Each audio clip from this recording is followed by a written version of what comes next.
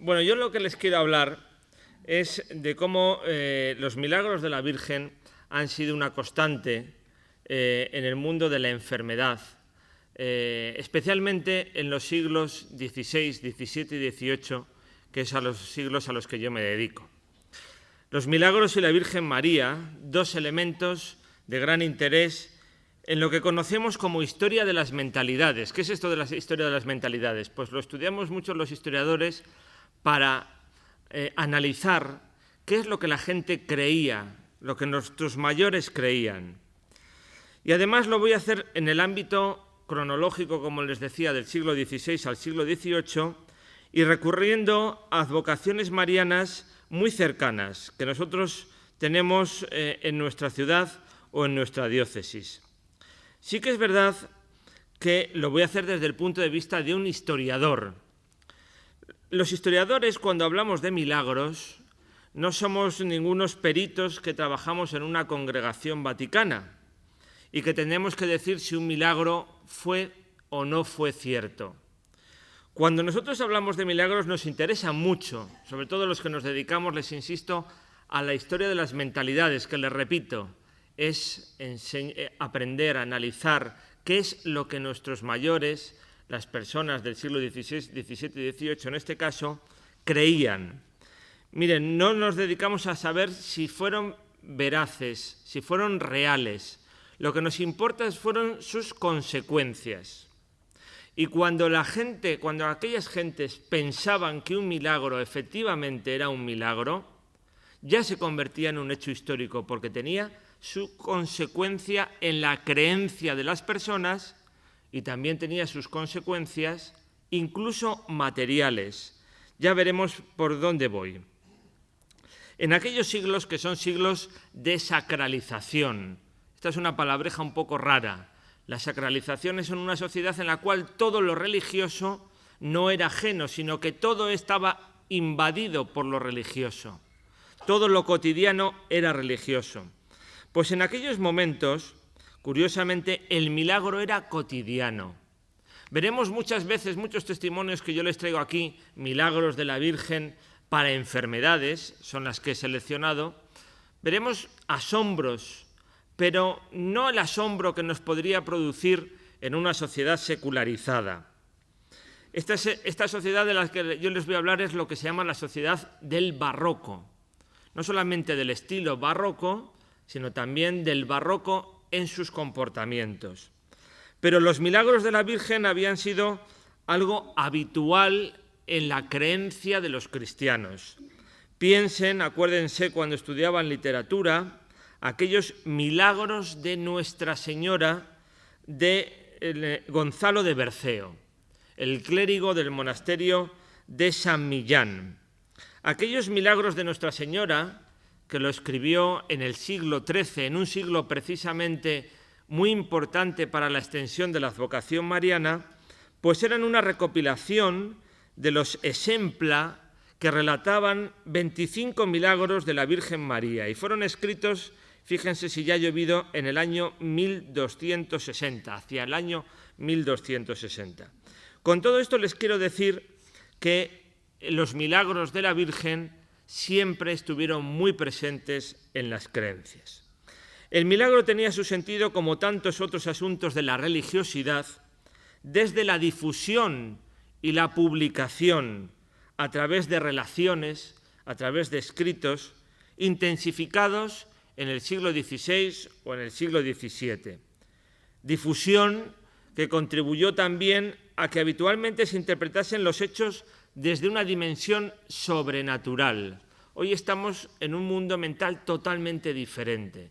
Hoy estamos entre medias, ha habido una revolución científica y ha llegado el racionalismo. Y todos nos cuesta interpretarlo fuera desde el mundo de la razón. Se había creado un caldo de cultivo hacia la creación de los milagros, y así unos milagros llamaban a otros. Sin duda esto fue favorecido por los cauces habituales de propaganda en el buen sentido, cuyo primer estadio se encontraban los predicadores, especialmente entre aquellos que pertenecían a órdenes religiosas. Los predicadores eran grandes hombres de comunicación, porque la predicación no era igual a la homilía que hoy tenemos en nuestras Eucaristías, sino que los sermones eran un medio privilegiado de comunicación en aquellas sociedades. Al igual que un milagro permitía impulsar el reconocimiento de la santidad de un siervo de Dios, entonces se hablaba de los venerables que habían muerto en olor de santidad, en el caso de las devociones marianas también se aplicaba los milagros sobre imágenes casi ya olvidadas que tenían su origen en la Edad Media. Todas las grandes devociones marianas tenían su recopilación de milagros y entre esa recopilación de los milagros, por supuesto, lo que se refería a la atención a los enfermos. La devoción cumplía una nueva función en circunstancias diferentes a las históricas en que habían nacido aquellas imágenes. Se restauran antiguas devociones, se produce un boom en la reactivación de esas devociones, en la fundación de las cofradías. La ermita y el santuario son los nuevos lugares para la manifestación de estas devociones y desde ella se producirán nuevos milagros. Siempre los prodigios atribuidos a la Virgen, fuesen o no destinados a enfermos, y los propios de los santos, sobre todo de aquellos candidatos a subir a los altares, superaban los milagros atribuidos a Cristo. En algunas ocasiones había que preguntarse qué era antes, si la devoción o el milagro, o quizás el santuario de la devoción, cuando en aquellos santuarios siempre había una habitación que se llamaba precisamente los camarines, el camarín de la Virgen, donde en las ermitas se hacía constatación de los prodigios, de los milagros, a través de los esvotos. En esta comunicación del milagro, en numerosas ocasiones, no existía ningún criterio crítico. No lo podemos pedir cuando estamos en una época, la del siglo XVI, XVII y XVIII, les repito, ustedes olvídense del año en que nos encontramos. Por un rato, olvídense. Estamos hablando de otros siglos. Estamos en una época no racional, entonces, con un pensamiento científico en construcción. Las cosas empezaron a cambiar cuando se aplicó un método científico, cuando el racionalismo, desde el siglo XVIII, trate sobre los comportamientos de aquella sociedad. Con todo, el jesuita Gregorio de Mendiola, rector del Colegio de los Ingleses, en su libro Historia y Milagros de Nuestra Señora la Vulnerata, venerada en el Colegio Inglés de esta ciudad de Valladolid, y escrito o publicado en el año 1667, describe los favores o milagros asociados a la intercesión de esta imagen, llamando a la prudencia. Estábamos en una época no crítica, pero sí que los autores llamaban a la prudencia para no pensar que todo eran milagros. Decía Gregorio de Mendiola: confieso que en esta materia de los milagros entro con mucho tiento, pues no lo suelen ser todos aquellos que se publican por tales, y es menester en esta parte templar el afecto y la piedad. Consideraba este jesuita en la segunda mitad del siglo XVII, con un criterio verdaderamente moderno para la época y no habitual, que era más beneficioso el silencio que la falsa propaganda. Muchos de ellos parecían probados a través del cumplimiento de votos, de promesas realizadas, a través de costosos ornamentos, de joyas, de cirios, de antorchas, de limosnas que se entregaban a aquellas devociones marianas. El padre Mendiola consideraba que era más prudente fijarse únicamente en aquellos obrados sobre personas que había conocido y tratado. El milagro provocaba tal impacto en aquellas sociedades que estaban acostumbradas a prodigios que se mandaban plasmar esos milagros en un lienzo para ser colocados junto a la imagen correspondiente. Ya les decía yo antes de los esvotos en los camarines. Otros ofrecían las muletas después de haber sido restituidos de la salud como testimonio de sanación. Lo sabía que encontraban los signos de agradecimiento en los mencionados ornamentos para dignificar el culto durante la misa, mientras que la forma de difusión que elegían algunos beneficiados de los milagros era la publicación del favor, que sea pregonero del prodigio. Y lo que decíamos antes, unos milagros llamaban a otros. Noticioso de los milagros de Nuestra Señora de los Ingleses, decía el padre Mendiola, que diese unas muletas para que se celebrase una misa en su altar por su salud. Cobraba mayor valor cuando el santuario se convertía en la última meta, en la última esperanza de la enfermedad. Algunos prodigios de las devociones marianas con respecto a las enfermedades se encontraban tipificados. Aunque no existía ni exclusividad territorial de las devociones marianas, ni tampoco especialización, estricta especialización, aunque algunas devociones marianas recurrían determinados enfermos a ellas. Podía haber un cierto privilegio de vecindad. Y así, por ejemplo, la extensión geográfica de los milagros contaba con un primer límite en las cercanías del santuario, en la localidad principal del patronato, aunque no solamente se reducía a ella. Se puede decir en una palabra, con respecto a la Virgen de Castilviejo de Medina de Rioseco, que en todas las necesidades públicas de la ciudad de Rioseco es esta santa imagen, decían las crónicas, el común asilo y refugio a que acuden sus ciudadanos y vecinos, así nobles como plebeyos, así eclesiásticos como seglares. A la Virgen acudían todos, pobres y ricos, privilegiados o no. Para invocar la intercesión de la Virgen en Valladolid no había que recurrir únicamente a la Virgen de San Lorenzo, aunque nosotros vamos a poner muchos ejemplos de la Virgen de San Lorenzo. Una vecina de la ciudad de aquellos siglos, llamada Catalina del Río, padecía agudos dolores de parto. Su marido, ante estas circunstancias, vivían en Valladolid, invocó el patrocinio de la Virgen del Henar. A partir de ahí, la mujer cambió la situación, parió con facilidad y, dicen las crónicas, quedó buena. En esta ciudad, un platero llamado Gómez, lo menos importante era quién era el beneficiado, sino lo importante era el milagro, que viajaba con otros 4 a la feria de Villalón, al entrar a los Montes Torozos, fueron sorprendidos por 5 salteadores a caballo. Los ataron y al platero le quitaron una arquilla con 100 marcos de plata. Cuando trataron de abrirla, el platero se encomendó a la Virgen, haciendo promesa de dar limosna y peregrinar hasta su santuario. Finalmente los ladrones no pudieron hacerse con el botín. La Virgen también protegía para conservar la salud y la seguridad. En otra ocasión, un caballero de toro, dicen las crónicas, en la batalla de Villalar, ahora que hemos estado en torno al 23 de abril, en tiempo de las comunidades, es decir, en tiempo de los comuneros, se dañó gravemente un tobillo por un balazo. Si se salvaba, ofrecía llevar un esboto de un pie y una escopeta de plata. Fiel a la culminación de este voto, su esposa le quiso acompañar para pedir a la Virgen de la Peña de Francia la concepción de un hijo.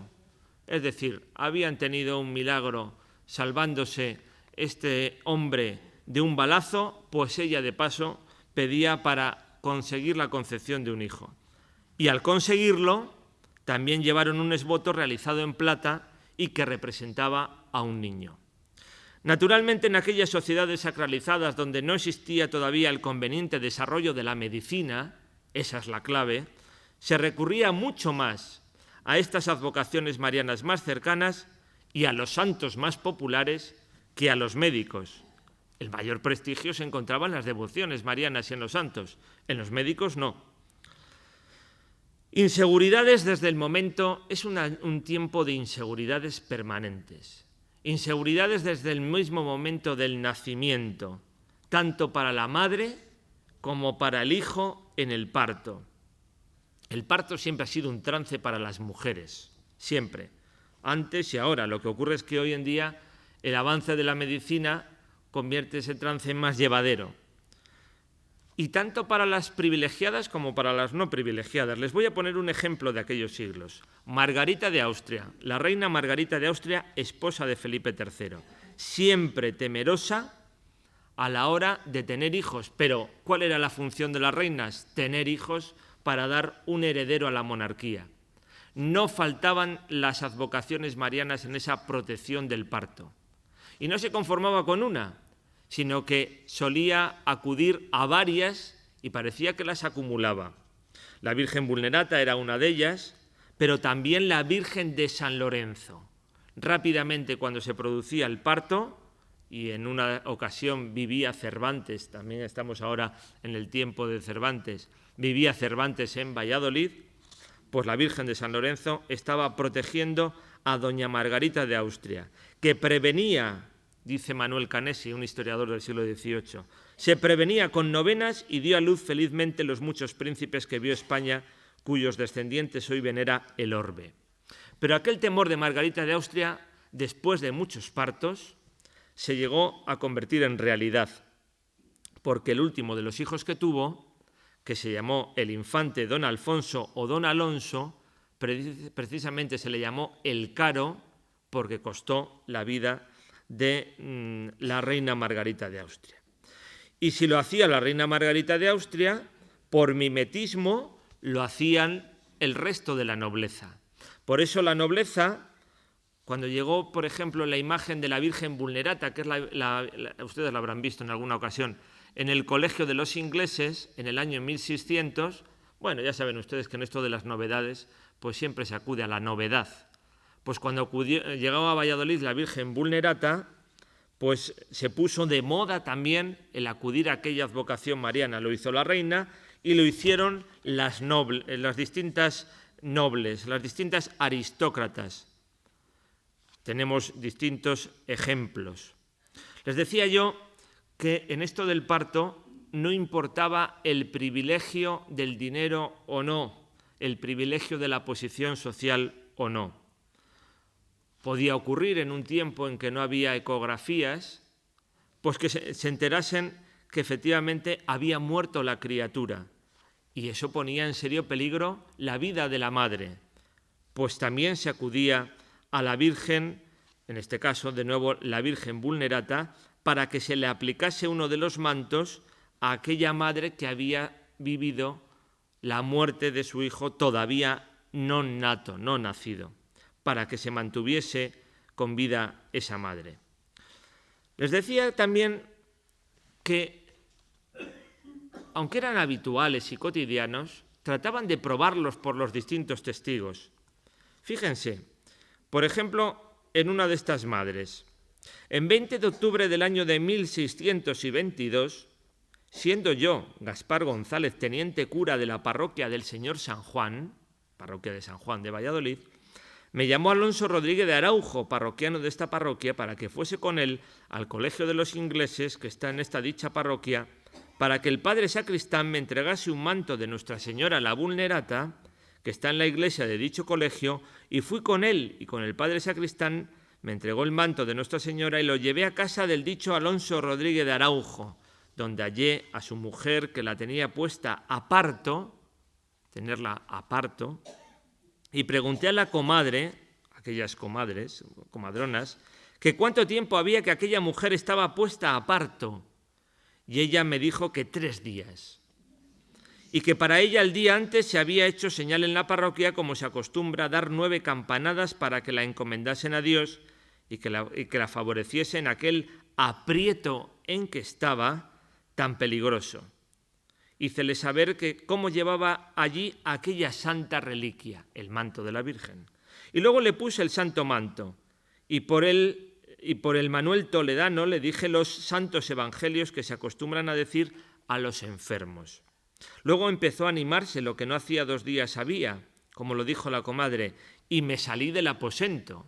Claro, era un sacerdote, se salió del aposento porque inmediatamente, dejando el santo manto sobre la dicha mujer, y de allí a un rato empezaron a dar gracias a Dios de que había sido servido librarla, y juntamente a la Virgen Santísima de los Ingleses, que habían atribuido el buen suceso, es decir, el nacimiento del hijo. Y entonces entré y tomé el santo manto y le volví a llevar al sacristán, y contándole el caso, me pidiese lo diese por testimonio, lo pusiese por escrito, el cual caso y milagro, como sucedió sin discrepar de la verdad, es el que he referido. Era importante certificar las cosas y, por lo tanto, era muy importante cuando no se ponían de parto, pero también cuando no concebían, cuando tras muchos años de matrimonio no concebían y la Virgen se convertía en la intercesora para que aquellas mujeres se convirtiesen en madres. Porque además era concebido todo, esa esterilidad, como lo sabemos por la Biblia, era concebida casi como un castigo. Y las dificultades de la crianza, el trance del parto y las dificultades de la crianza. Hay que ver una de las cosas que más le llama la atención a mis alumnos en la facultad, cuando yo les explico la vida cotidiana de la época moderna, de los siglos XVI, XVII y XVIII, es cómo se criaba a los niños y qué poco aprecio se tenía hacia los niños. Y qué poco aprecio se tenía cuando esos niños, quizás era un mecanismo hasta de defensa mental, cuando esos niños morían. Las cosas empezaron a cambiar en el siglo XVIII. No les digo nada cuando era hija y no era hijo. Pero las dificultades, pues por ejemplo, cuando no criaba, es decir, cuando no tomaba el pecho. Ahí estaban también pidiendo a la Virgen de la Casita, en este caso de Alaejos, por aquella mujer o esposa del intendente general del ejército de Castilla, don José Arias de Porres, cuyo hijo no tomaba el pecho. Era el año 1716. Y como lo tomó, pues después se pintó. Está pintado y retratado en el favor que por su majestad recibieron.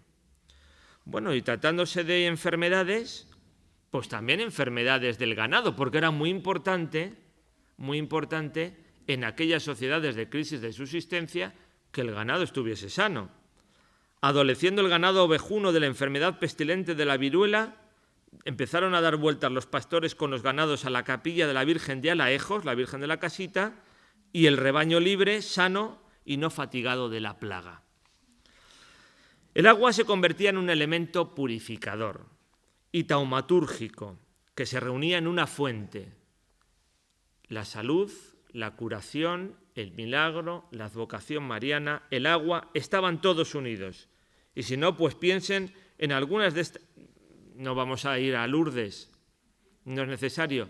Vayan ustedes a la Virgen del Henar, a su fuente del cirio, para indicarles allí el lugar, ese hacha que permanecía encendida desde tiempos y que muchas enfermedades y muchos enfermos en Valladolid se encomendaban a esta Virgen del Henar.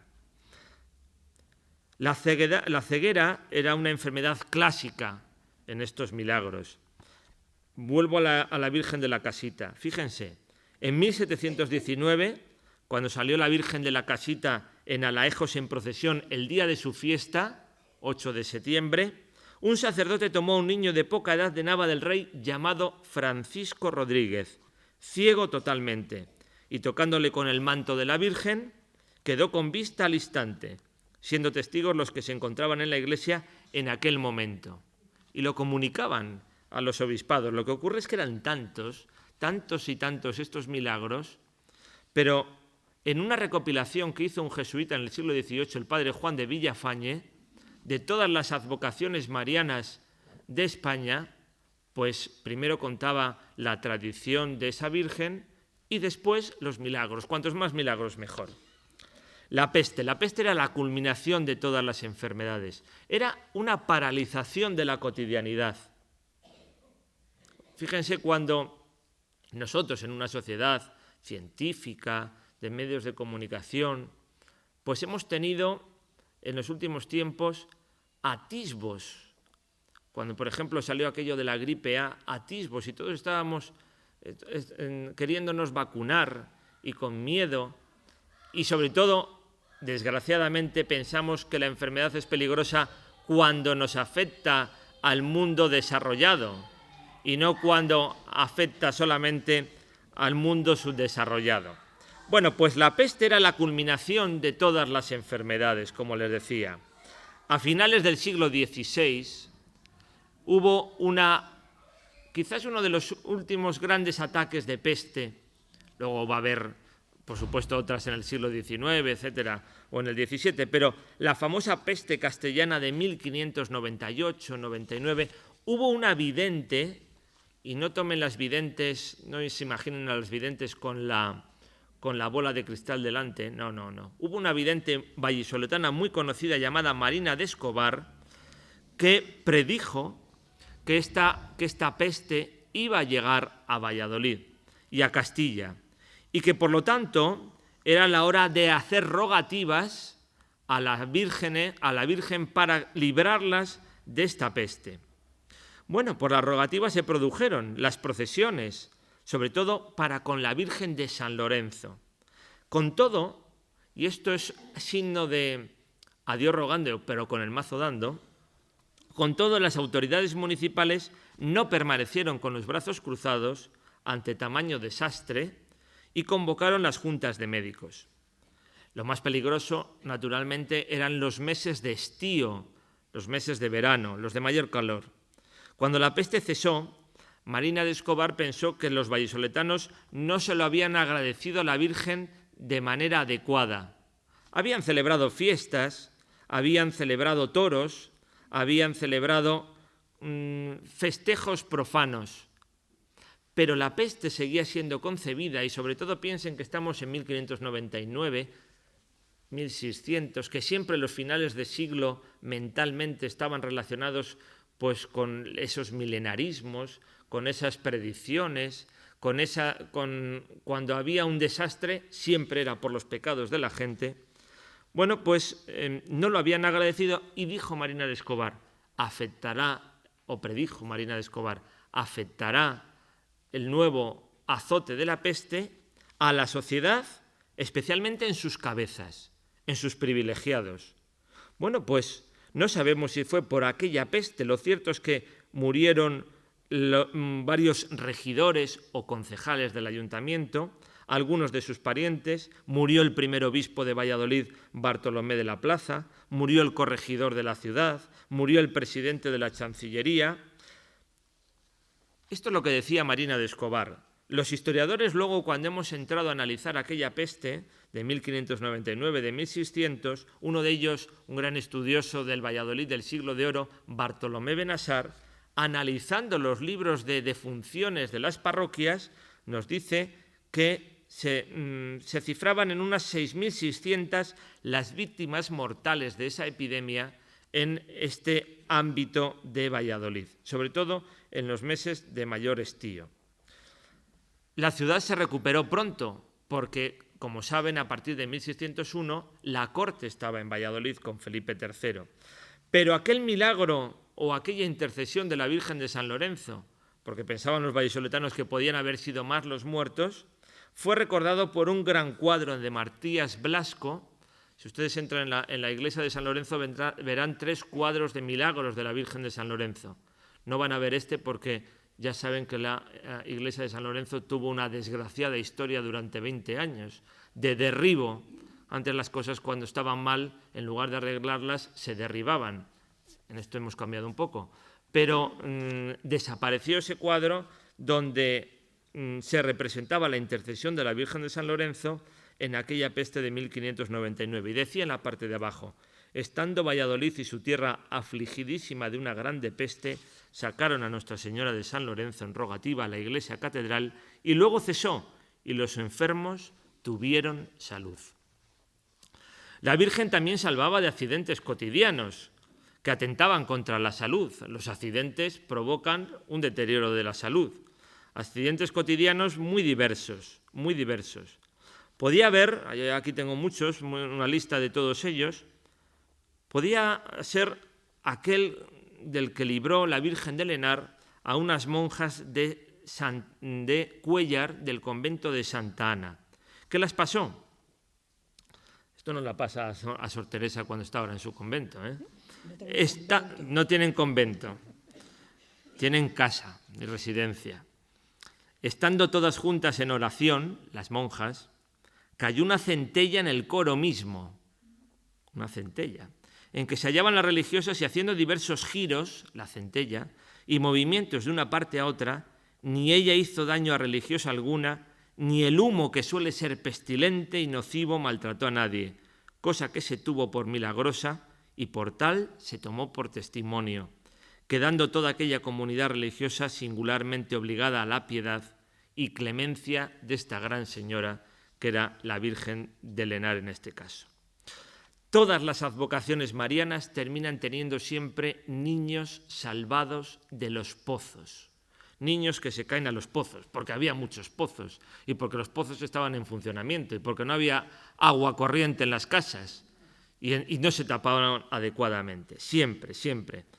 El milagro se producía ante la invocación de la madre, que era muy devota hacia una advocación mariana determinada. El agua empezaba a subir, empujando al niño hacia el exterior, desde lo más profundo de la oscuridad hasta la luminosidad del brocal. Bueno, pues tenemos ejemplos diversos. La Virgen de la Peña de Francia pues tiene un milagro del pozo. Pero también hay un milagro del pozo para una Virgen que está en la iglesia de San Lorenzo y que desde entonces, antes se llamaba de la Virgen de la Cabeza y después de este milagro se llamó del pozo. Debió ser muy renombrado ese milagro. Es un milagro que sitúan pues en la época, en el siglo XV, probablemente, pero José Zorrilla, el escritor José Zorrilla, hizo un relato de aquel milagro en el periódico Liberal en enero de 1892. ¿En qué consistió el milagro del pozo? Pues el hijo del sacristán de San Lorenzo, llamado precisamente el sacristán Juan del Pozo, se llamaría Juan del Pozo porque lo recordaría la gente como Juan el del Pozo, pues el hijo se cayó en el pozo, empezaron a rogar a esta Virgen y efectivamente era el día de Nochebuena y efectivamente esa Virgen consiguió que el agua empezase a subir, a subir, a subir y con él también subió aquel niño. Ya era espectacular este milagro, pero todavía más espectacular era la restitución de los miembros que faltaban a un tullido. Y aquí tenemos un milagro clásico, no en Valladolid, sino en Calanda, el cojo de Calanda, en 1640. No piensen que esto es una mera historia piadosa. Trajo cola, pero mucha cola. Ocurrió, como les decía, ocurrió la noche del 29 de marzo de 1640 a Miguel Pellicer. Pasó el año 1640 en que vio España y admiró Europa el milagro más estupendo y calificado que ha obrado Dios en muchos siglos, no sin grande aprovechamiento en prueba de la resurrección de la carne. Y siempre los milagros sacaban una coletilla. Aquel milagro servirá para lo que niegan muchos herejes de nuestro tiempo en Inglaterra, en Holanda y en Alemania. ¿En qué consistió ese milagro? Miguel Juan Pellicer tenía 23 años en 1640. 4 años antes estaba trabajando en Castellón de la Plana, cayó de un carro que conducía cargado de trigo y la rueda le aplastó su pierna derecha. 5 días pasó en el hospital de Valencia y pidió que fuese llevado al Hospital Real de Nuestra Señora de Gracia en Zaragoza. ¿La consecuencia? Pues en aquel tiempo que no había antibióticos, naturalmente la amputación de la pierna 2 dedos por debajo de la rodilla, lo que efectuó el cirujano Juan Estanga, y también sabemos quién enterró la pierna. ¿Por qué sabemos todas estas cosas? Porque había que documentarlas. Estuvo convaleciente en aquel hospital por espacio de 2 años y después fue mendigo a la puerta del antiguo templo del Pilar, no la basílica actual, sino el templo gótico. Él había sido devoto de la Virgen del Pilar y lo que hacía habitualmente es que untaba el muñón de su pierna con el aceite de las lámparas que ardían ante la Virgen del Pilar. Volvió a casa de sus padres a primeros de marzo de 1640. Estaba alojado un soldado en su casa.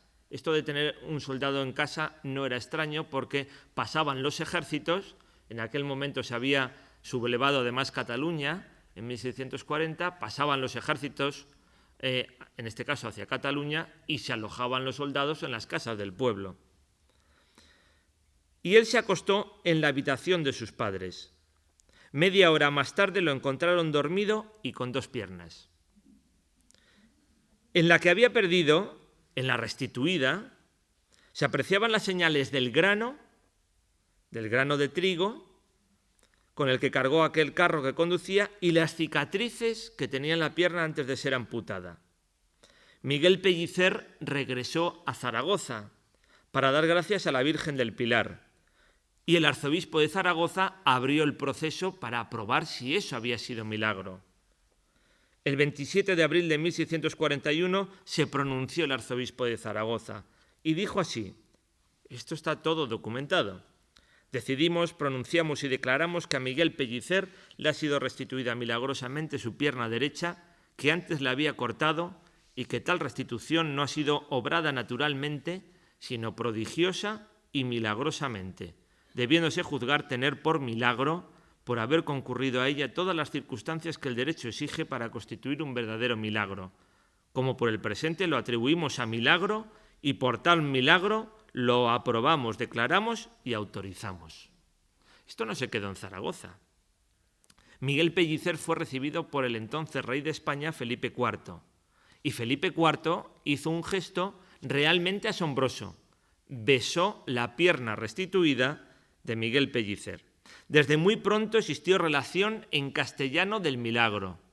Se empezó a difundir esa relación traducida al italiano y traducida al latín. Esto era muy importante porque fue un jesuita, siempre hay un jesuita para todo, fue un jesuita. Ya saben que yo me dedico mucho a estudiar a la Compañía de Jesús y por eso me permito estas licencias. El padre Franco, el que en 1642 se lo llevó a Urbano VIII. El Papa Urbano VIII fue el Papa que construyó el baldaquino de San Pedro del Vaticano. Urbano VIII no era muy amigo de los españoles y de Felipe IV, y no se pronunció sobre el tema. Ni en la Congregación de la Causa de los Santos, que tienen competencia de todo esto, hubo mayor avance. Lo cierto es que esto tuvo sus consecuencias. ¿Se acuerdan que yo les decía antes las consecuencias materiales de los milagros? A mí me da igual si fue restituida o no fue restituida como historiador. Lo que no me da igual son las consecuencias que esto va a tener. ¿Consecuencias? Pues muchas y diversas. Litúrgicas, por ejemplo, porque se avanzó gracias al milagro del cojo de Calanda en conseguir la difusión del oficio propio de la Virgen del Pilar en los dominios del rey católico. Consecuencias en la fusión de los 2 cabildos, el de El Pilar y la SEO de Zaragoza. Consecuencias en que la Virgen del Pilar fue empezada a ser considerada patrona de la ciudad de Zaragoza.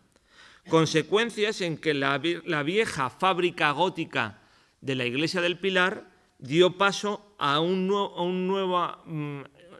templo que efectivamente entregó los planos nada más y nada menos que el arquitecto real, y hasta consecuencias económicas para pedir nuevos avances en la construcción de esta iglesia. Así que fíjense si aquel milagro de la restitución del cojo de Calanda no fue importante en un tiempo realmente dramático para la monarquía. Quizás esa es una de las claves para la monarquía de España, porque se había sublevado Cataluña por una parte y Portugal, que entonces formaban una monarquía conjunta.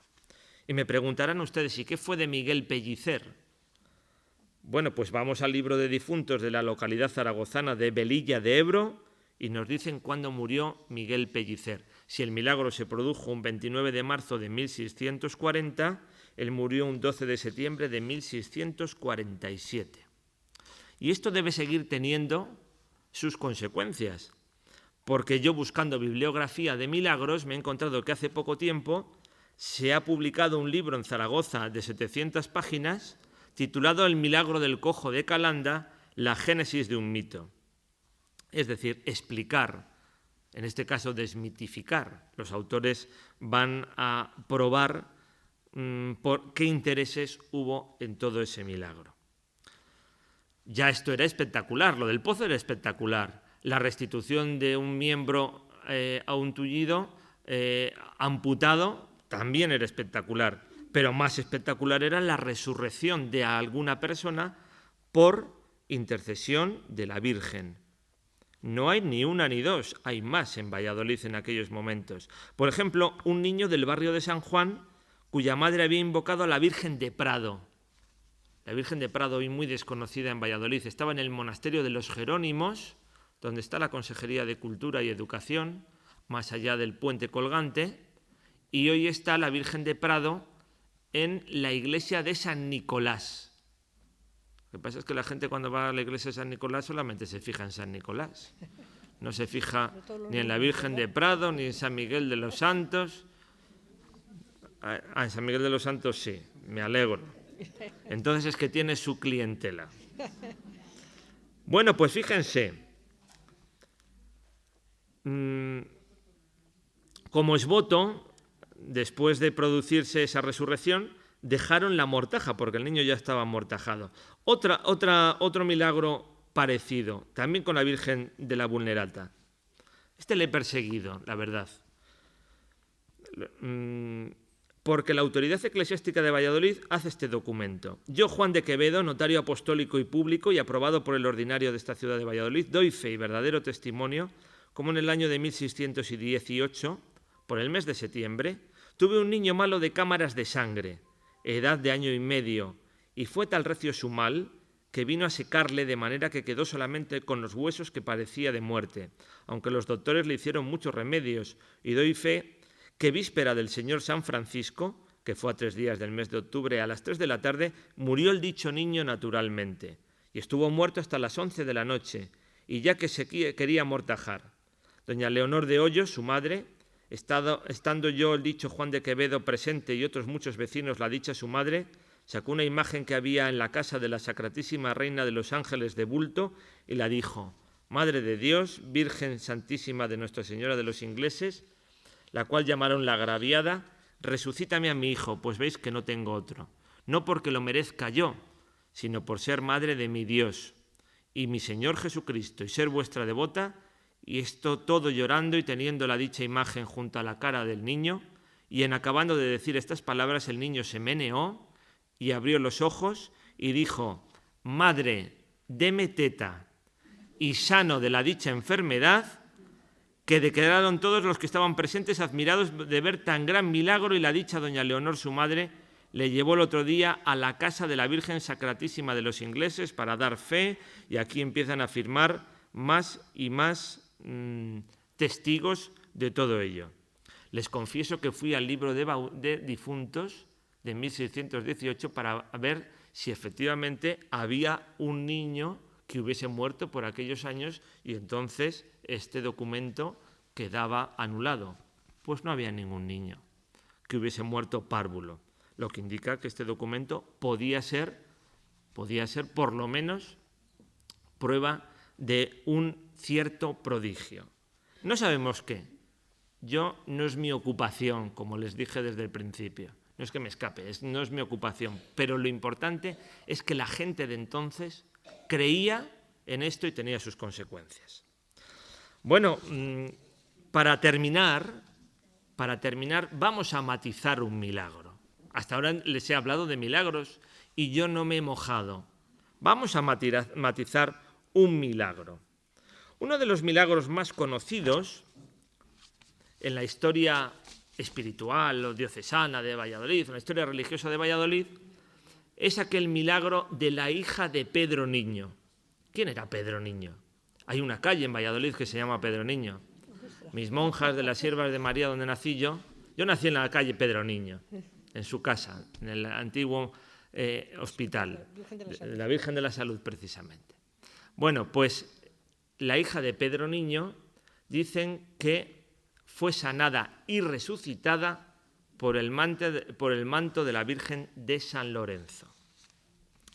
No andaba yo buscando precisamente matizar este milagro. Lo cierto es que en cierta ocasión tuve la oportunidad de escribir una historia de la Virgen de San Lorenzo y empecé a investigar mucho sobre Pedro Niño. En otros archivos encontré numerosos documentos y encontré cómo se llamaba aquella joven, Guiomar Niño. Curiosamente, si leía las relaciones de los primeros historiadores de Valladolid, uno llamado Juan Antolín de Burgos, otro llamado Manuel Canesi, o también leía al jesuita Juan de Villafañez, contaban cuál era la tradición de aquel milagro. Tenía una hija, Pedro Niño. Pedro Niño era un funcionario muy importante de aquella monarquía de Isabel la Católica.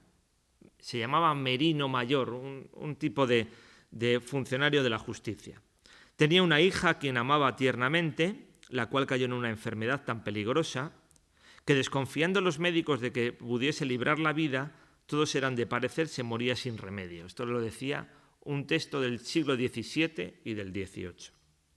Don Pedro, su padre, sumamente afligido con tan tristes pronósticos, viendo que los remedios humanos no aprovechaban, acudió a los divinos y, siendo grande la fama de los milagros de Nuestra Señora de San Lorenzo, hizo que la trajesen un manto suyo que hasta hoy se guarda y es de grana, y aplicándole con fe y devoción a la enferma, sufrió tan feliz y pronto efecto que lo mismo fue tocar la señora enferma el manto que quedar sana y perfectamente libre de su peligrosa enfermedad. Claro, al ver que era una prenda, las reliquias, había auténtica deseo de reliquias, pues esta joven, un poco alocada, lo dice la crónica de otra manera, pues se quedó con el manto, lo que hizo fue falsificarlo, enviar a la iglesia de San Lorenzo uno muy parecido y él se quedó con el verdadero. En aquella mentalidad, se lo voy a leer, ¿cuál debía ser la devoción de la hija a esta santa imagen que, al sentir en sí por su intercesión conseguida tan instantánea sanidad, fíjense, sanidad en aquellos momentos, no hay duda que agradecería uno y otro al cielo tal beneficio? Y aun por quedarse esta señora con alhaja tan preciosa, tan prodigiosa, no quiso que el manto de la Virgen volviese a la iglesia, sino que, sustituyendo otro en su lugar, se quedó con él que había sido instrumento del beneficio. Pero como en los verdores de la juventud, lo de la estar un poco alocada, y pocos años no fuele la razón tener todo el imperio del alma, esta señora moza comenzó a tratar la alhaja, a cuyo contacto había debido la salud y la vida, con menos decoro del que debía.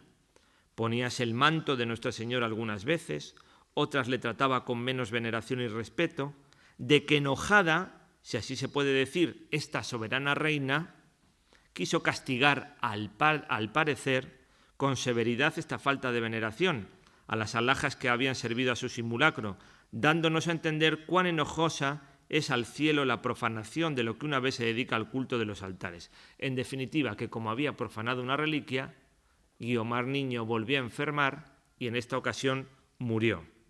Al enterarse el padre por qué había pasado todo esto, prometió que si aquella hija suya volvía a la vida, él construía la iglesia de San Lorenzo. Esa era la tradición clásica. Esa era la razón por qué Pedro Niño había construido la nueva iglesia de San Lorenzo. Y años después, un pintor lo plasmó de nuevo en un lienzo que sí pueden verle en la iglesia de la Virgen de San Lorenzo.